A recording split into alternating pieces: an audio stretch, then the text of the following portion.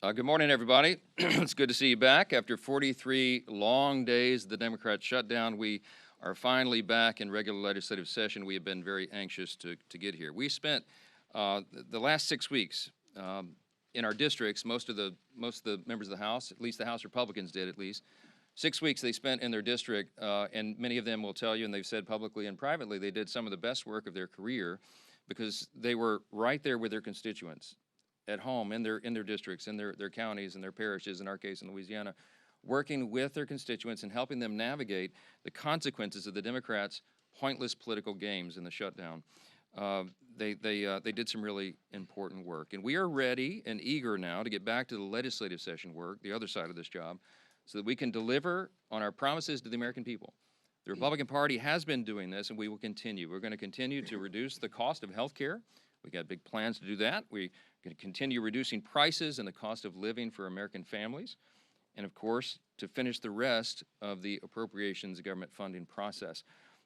We've been needing to do that, and we are already working around the clock to accomplish those objectives. But with so many pressing issues on our plate, just very frustratingly to us, the Democrats are delaying that work even further with a political show vote. They're forcing a political show vote on the Epstein files. So we're just going to address that right at the top here this morning because they've spent so much time, the Democrats have, spinning the facts and trying to confuse the people that I wanted to come in this morning and just clearly explain for the people back home how we got here and why this vote is happening right now.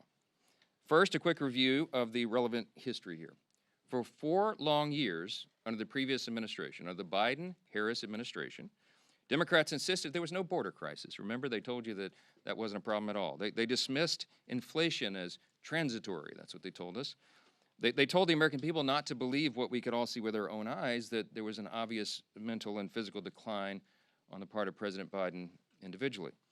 And now, seemingly overnight, these same cast of characters, they've taken a sudden and urgent interest in the Epstein investigation. Suddenly, it's all in the name of transparency. That's what they're trying to tell us.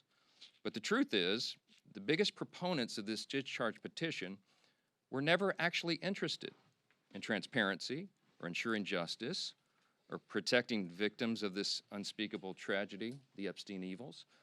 And how do we know that? Because the Democrats had every one of the Epstein files in their possession for the 4 long years of the Biden administration. The Biden Department of Justice had the files the entire time. And not a single one of the people who are so loud and animated right now, they never said anything about it for all those 4 years. None of them held press conferences. None of them demanded the release of the documents. And under Biden's DOJ, when they prosecuted just Epstein and Ghislaine Maxwell, not a single one of these Democrats or any of the proponents of the discharge ever made any noise about that at all. So it's fair for the American people to ask the question, why now? Why suddenly are they so interested? They have such an urgent interest in the Jeffrey Epstein matter. The truth is simple and straightforward and obvious for anyone who is willing to look at it objectively. Clearly, this is a political exercise for Democrats and a few others, sadly, and it is as deceitful and dishonest as their pointless stunt to shut down the government. Same ideology behind this. Democrats are trying to use the Epstein matter as a political weapon to distract from their own party's failures. And in a desperate attempt, they're trying to somehow tie President Trump to the scandal. President Trump has nothing to do with it. He has said himself he has nothing to hide. And that's clearly what they've been trying to do. They're trying to attack President Trump. This is what they've done. They weaponized the justice system over the last several years to go after him, and this is their latest attempt. And they don't have a platform or a principle to defend on the Democrat Party side, so they put all their eggs in this basket. And that's why you hear endlessly about Epstein, Epstein, Epstein. Everything's about Epstein. Now, this was an unspeakable tragedy, we said that. And we have great compassion for the victims. And I'm heartened that I met with the victims. Our House Oversight Committee members met with the victims, and they deserve justice. It has been too long delayed. Not just justice for what they were made to endure, but also we need answers on why it took so long for the Department of Justice itself to do that job under previous leadership. Republicans, meanwhile, are working in earnest to deliver transparency to the American people, and we're working to do that in a responsible manner that does no further harm to these innocent people and the victims who have been wrapped into this. There are a few key facts here that everybody needs to understand. First, I mentioned the House Oversight Committee doing its work. That is a bipartisan effort. They are already producing far more than the discharge petition even anticipates. Chairman Comer is our chair of oversight. Some of the biggest bulldogs in Congress serve on that committee, you all know, and I've mentioned this so many times. They have been, on the Republican and Democrat side, they're deeply dug in. They've been working around the clock. They worked even through the government shutdown, and there were tranches of documents that were released even over that period. So far, by last count, it's over 65,000 documents, Epstein file documents, that are now out in the public for everyone to review. That includes tens of thousands of pages from the Epstein estate. And that includes Epstein's flight logs, his personal financial records and ledgers, his daily calendars, and so much more. And none of that is even written or included in the discharge petition. So in other words, the Oversight Committee is doing far more than the discharge even anticipates, and the most valuable information thus far has come from the Epstein estate files. That was produced because of the work of the Oversight Committee that is doing that in a professional, robust manner, using the full subpoena authority of the U.S. Congress. From the very beginning, our side has been insistent that this matter must be handled very carefully and with utmost caution and care for the victims. We want maximum transparency. We have always been about that. We want every single person who had any scintilla, there's any scintilla of evidence that they were involved in the Epstein evils, they need to be brought to justice, and it should have been done a long time ago. We need to find out who those people are.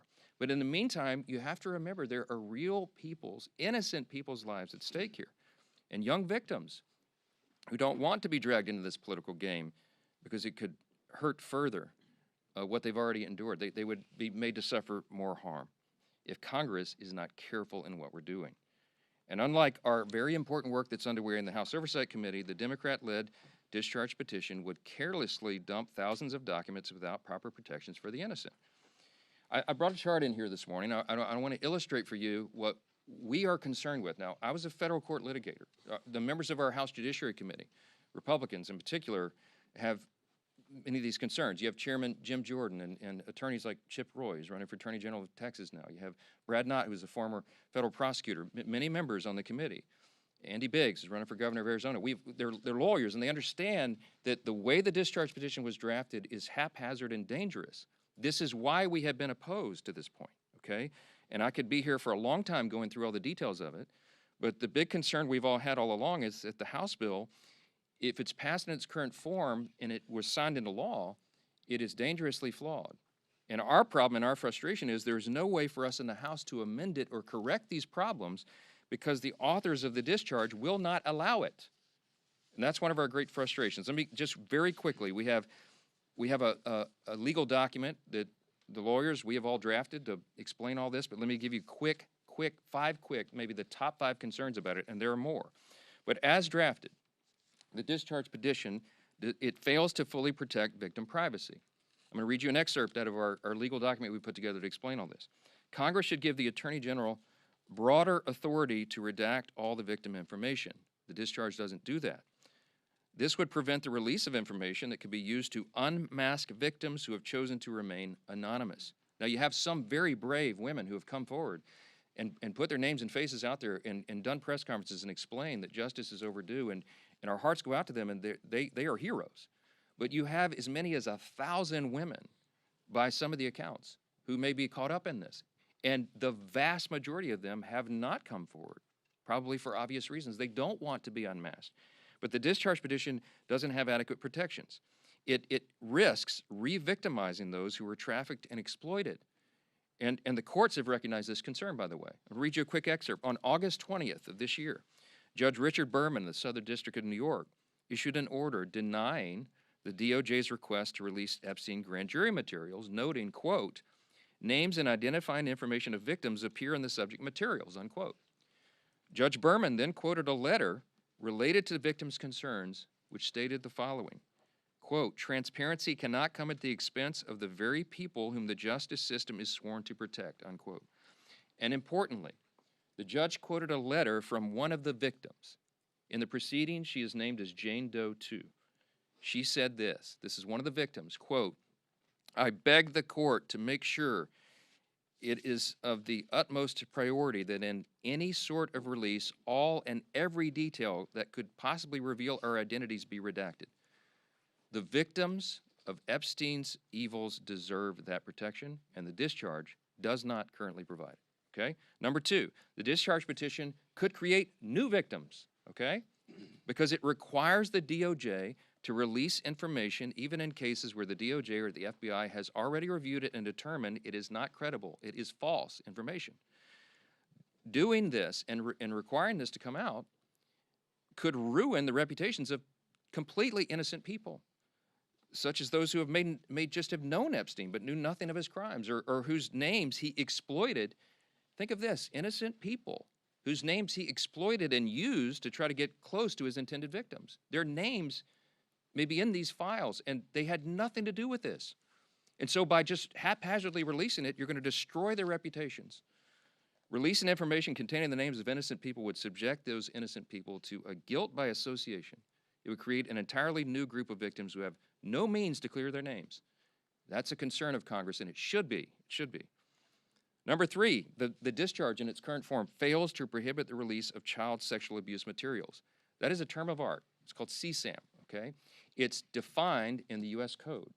The discharge is so haphazardly written because, remember, it's just a political exercise for these guys. They don't seem to care about this, but they cited the wrong section of the U.S. Code. So when they say that we don't want child pornography to come out, child sexual abuse materials, of course, we don't want that released. They wrote this thing so quickly that they cited the wrong section. So you know what that means? It means that it doesn't really bestow any real legal authority on the Attorney General to redact those materials. And that would compel the DOJ to release that stuff into the public. Every single person in this room knows that's wrong, and you should stand against it. But that's what the discharge says. Number four, it jeopardizes the future federal investigations of the United States. Why? Because the discharge only allows the Attorney General to redact limited portions of records that could publicly identify individuals who were promised confidentiality. In this scenario, you're talking about whistleblowers, you're talking about confidential informants who came forward and gave information and evidence in exchange for agreeing to have their identities not revealed. Violating confidentiality, imagine the chilling effect that would have on future investigations. Who's going to want to come forward if they think Congress can take a political exercise and reveal their identities? Who's going to come talk to prosecutors? It's very dangerous. It would deter future whistleblowers and informants. And the release of that could also publicly reveal the identity, by the way, of undercover law enforcement officers who are working in future operations. Dangerous stuff, and they seem not to care. And by the way, I'm going to remind you again, we went to the authors. We asked the authors of the discharge to change this, and they said jump in the Potomac, all right? Number five, national security concerns, okay? The discharge requires the Attorney General to release within 30 days, quote, classified information to the maximum extent possible. This ignores the principle that declassification should always rest, and always has rested, with the agency that originated the intelligence. Why? So that they can protect their critical sources and methods. It is incredibly dangerous to demand that officials or employees of the DOJ declassify materials that originated in other agencies, in intelligence agencies. I could go on. I won't be here all morning, but there's a lot of problems. There's also a lot of legal scholars, and I'm among them, who are concerned that that you've got problems with grand jury secrecy. We know Rule 6E of the Federal Rules of Criminal Procedure prohibits the release of grand jury materials, but the way the discharge is drafted, you can make an argument that it requires all that to come out, and that is a serious problem. Grand juries are not adversarial, okay? There's no opportunity there for cross-examination. You can't disprove evidence. You can't challenge the evidence in any way. And if Congress goes in and breaks that seal and just starts releasing sensitive grand jury materials and allegations like that, it raises a risk that the grand jury process will be politicized in the future. And that's a whole other danger that we could talk about all day. I'm gonna wrap this up and just say that Republicans support maximum transparency. We always have. The President of the United States supports maximum transparency. You've heard him say it in his own words. But he has had the same concerns that I've just articulated here And we've talked about that. All of us have had these concerns, and we understand that we have a responsibility to innocent people and victims that is not properly guarded by the discharge petition. And that's why we're so incensed about that. We've got to make sure that we disclose the names of anybody who aided or conspired in any way with Jeffrey Epstein. But at the same time, you've got to make sure that innocent people are protected. So we have to do this in a way that doesn't violate victim privacy, that doesn't create new victims, that doesn't disclose the names of any whistleblower or informant, that causes the release of grand jury materials or child sexual abuse materials, or undermines our national security. And I think everybody of good conscience and common sense would say, of course you have to do that. But here we are. So the discharge petition got its 218th signature, and it is going to go forward. It is going to pass because it only takes 218. And we know that the Democrats have disregarded all these concerns, and they're going to move it forward anyway. So all the people of good conscience here say, we've registered our concerns, we stated our opposition as long as possible, but we're also for maximum transparency. So what am I to do as a leader in a situation like this? I call my counterpart in the Senate, Leader Thune, and I talked him through this with him and shared our deep concerns. And of course, they share those concerns as well. And so I'm very confident that when this moves forward in the process, if and when it is processed in the Senate, which there's no certainty that that will be, that they will take the time methodically to do what we have not been allowed to do in the House, to amend this discharge petition and to make sure that these protections are there. The authors of the discharge did not allow us to do that here. That's the rules here. But in the Senate, they can correct it. So under that circumstance, because of that, we know there's serious deficiencies. We know that the work of our colleagues in the Senate can address that and will.